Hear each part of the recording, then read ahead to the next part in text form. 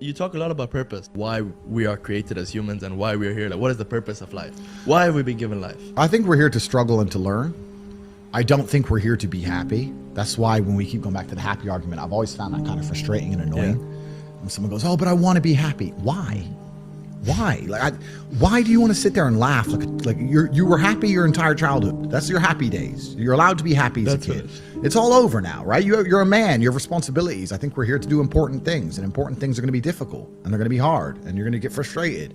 But that's what gives you purpose. I think we're here to struggle. I think we're here to endure pain. I think we're here to just see how hard we are to kill. I think that going through terrible things and living through them and coming out the other side is one of the most fantastic things about being human. I think that it's almost like once you understand what life is really about, there's no emotion which isn't enjoyable. The only emotional state which can be seen as detrimental is feeling nothing at all. But if you're sitting at home and you're feeling truly heartbroken, at least you're feeling something, right? And I think that's the whole part of being human. I think we're here to struggle. I think we're here to go through pain. I wake up each day and go, what can I attack? What problem can I solve? And look at history. Why did Genghis Khan wake up and want to conquer the whole world? Why did Napoleon conquer the world? Why did Alexander the Great conquer the world? You just wake up and just say, give me this, give me that. I want all of it. There's an army there. They're really big. We're better. It's intrinsic. You need to go and conquer. That's the purpose of life. Do you believe that God created us? So why did God create us to struggle? Because if you don't struggle, you don't learn. God created us to learn and understand ourselves and understand other people and understand the world. And what did I say earlier? I said that you don't learn a lesson without pain. So you have to struggle to learn anything. There's only two ways to learn things, the hard way or the harder way. If you're smart, you can learn the hard way. But in my experience, 99% of the planet only learn the hardest possible way. If you want to feel happy inside of yourself, and you want to feel content, and you want to feel stable inside of yourself, you need to live true to God. And I'm not saying you can't drink a little bit of alcohol or not party or not have a little bit of fun, but you have to be a good person. I don't believe in the societal paradigms in which they have tried to construct this idea of happiness. I don't believe or subscribe to the way that happy and sad is currently understood by the masses of the population. I think if you are anything less than absolutely distraught, you are happy. You're a version of happy.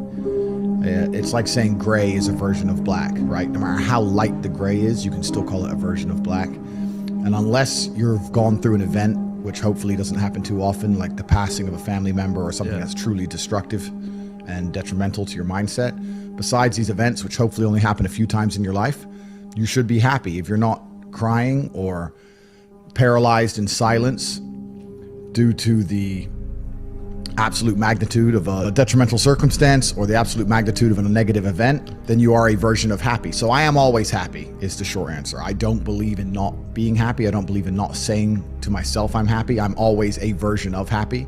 And this idea of chasing happiness and always being concerned and preoccupied with how happy you are is actually the biggest mistake that a lot of people make, I think, in the world today. Especially men who wake up and go, oh, I don't really feel happy, so I need to get happier. And that's how they end up down a hedonistic path of drugs or alcohol or gambling, chasing pleasure. I don't care how I feel. I don't care if I feel happy or sad. It doesn't really affect what I do each day. I do the exact same things. I act the exact same way. I don't care. I don't put weight to the significance of the emotion.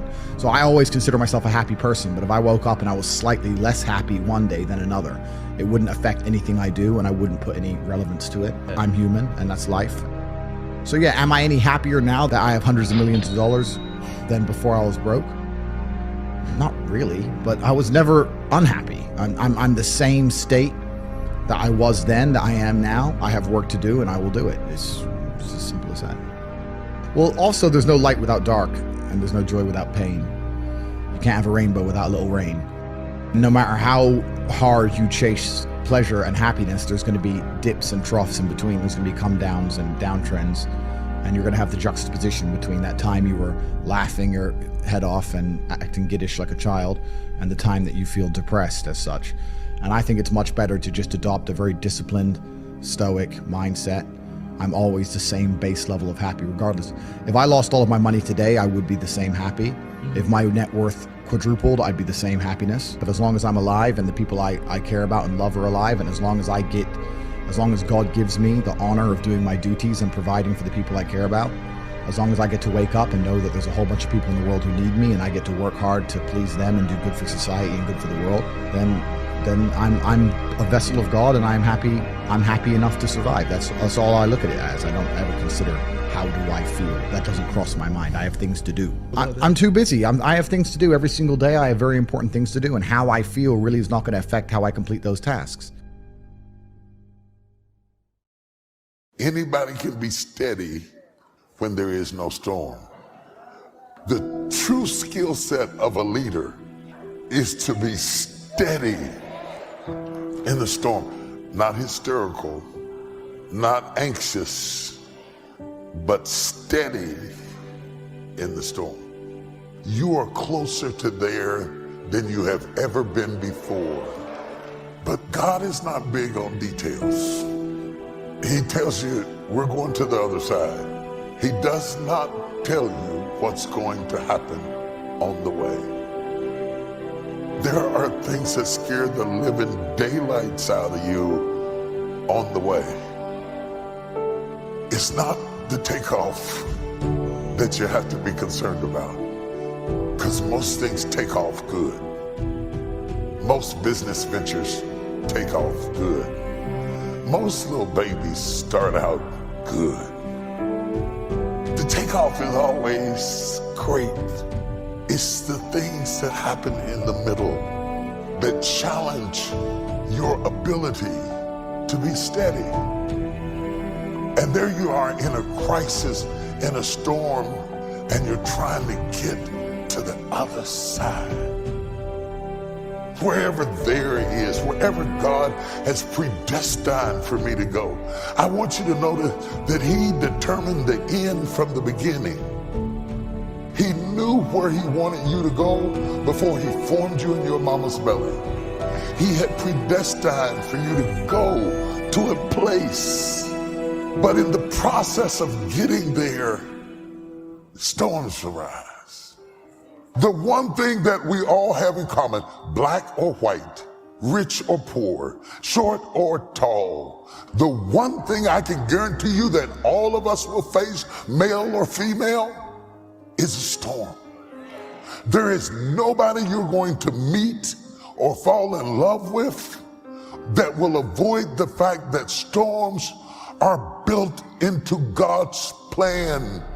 You have to know that He equipped you with a fire extinguisher and an emergency exit and an automated system that even when you can't see Him, you can hear Him. And if you will follow His voice, you will get to the other side.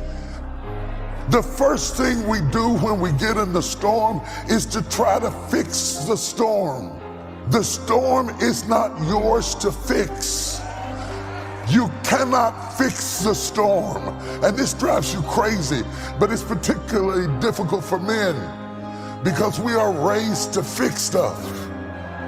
And there are some women who feel that way too. You feel like you failed if you don't fix it. You lose self-esteem because you feel like it's your fault because you can't fix it. And I came to tell you, every storm that comes your way is not your job to fix.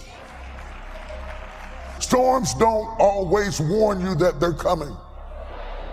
Oh, once you get so high in the air, the pilot is going to pass out and you're going to almost lose your mind. Your husband is going to leave you for your girlfriend or your sister, your mama. No, nobody, you don't get to pick. And how do you sit down and tell your boys you lost your girl to a girl? Oh, you think that's funny? Yeah, you think that's funny, but that's happening. You don't get to pick the storm you face. You don't get to pick what life is going to hand you. And to all those control freaks, you have a special degree of trauma because the only time you feel safe is when you're in control. And I confess to you, I hate it. I don't want to be in something I can't control. And when you're in a storm, the big question in your mind is, do I have what it takes to stand against this storm? Can I make it through at my age? Can I make it through at my stage? Can I make it through after all the other stuff we've been through? And the worst time to have a storm is when you're already tired. That's why the enemy waits till you're tired. He waits till you're frustrated and you feel like if one more thing hits me, I am going to lose it up in here. And that's when the storm comes. And it came to pass. And it came to pass. Every storm that ever hit the planet came. No matter how fierce, no matter how devastating, no matter how many homes were destroyed, they always come. And no matter how severe, no matter how terrible, no matter how many lives were lost, families were lost, it still comes to pass. How many times in your life have you gone through something you thought you wasn't gonna make it? Where are my real people at this morning?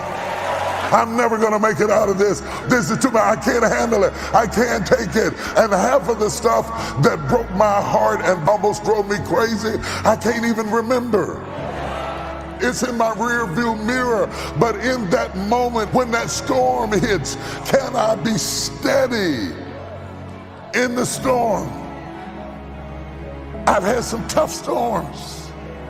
And I learned that what I have to do is be steady in the storms. Can I talk to you this morning? Stop wishing for other people's stuff because you don't understand all the things they have to put into it to be ready to handle it. If your perspective doesn't change, you will misunderstand that God allowed the storm to give you an experience that nobody else ever got to have. You want an uncanny anointing? Go through an uncanny storm. You want an uncanny influence? Endure an uncanny storm. You don't get this by wishing for it. You get it after you've suffered a while. There are no shortcuts to the storm. Oh, do you hear what I'm talking to you about? And this is not a time to faint. And this is not a time to give up. And this is not a time to die. No matter what happens to you, it ain't over. Ain't no such a thing as over. As long as God wakes you up, that means he ain't through with you yet. Every painful time, it's developing something in you that can only be developed in the tough times. When you get into a tight spot and everything goes against you, never give up then, for that is just the place and time that the tide will turn. Now you have to receive this by faith and say, God, I believe what you promised, that a turnaround is coming. Hang on. Winters don't last forever.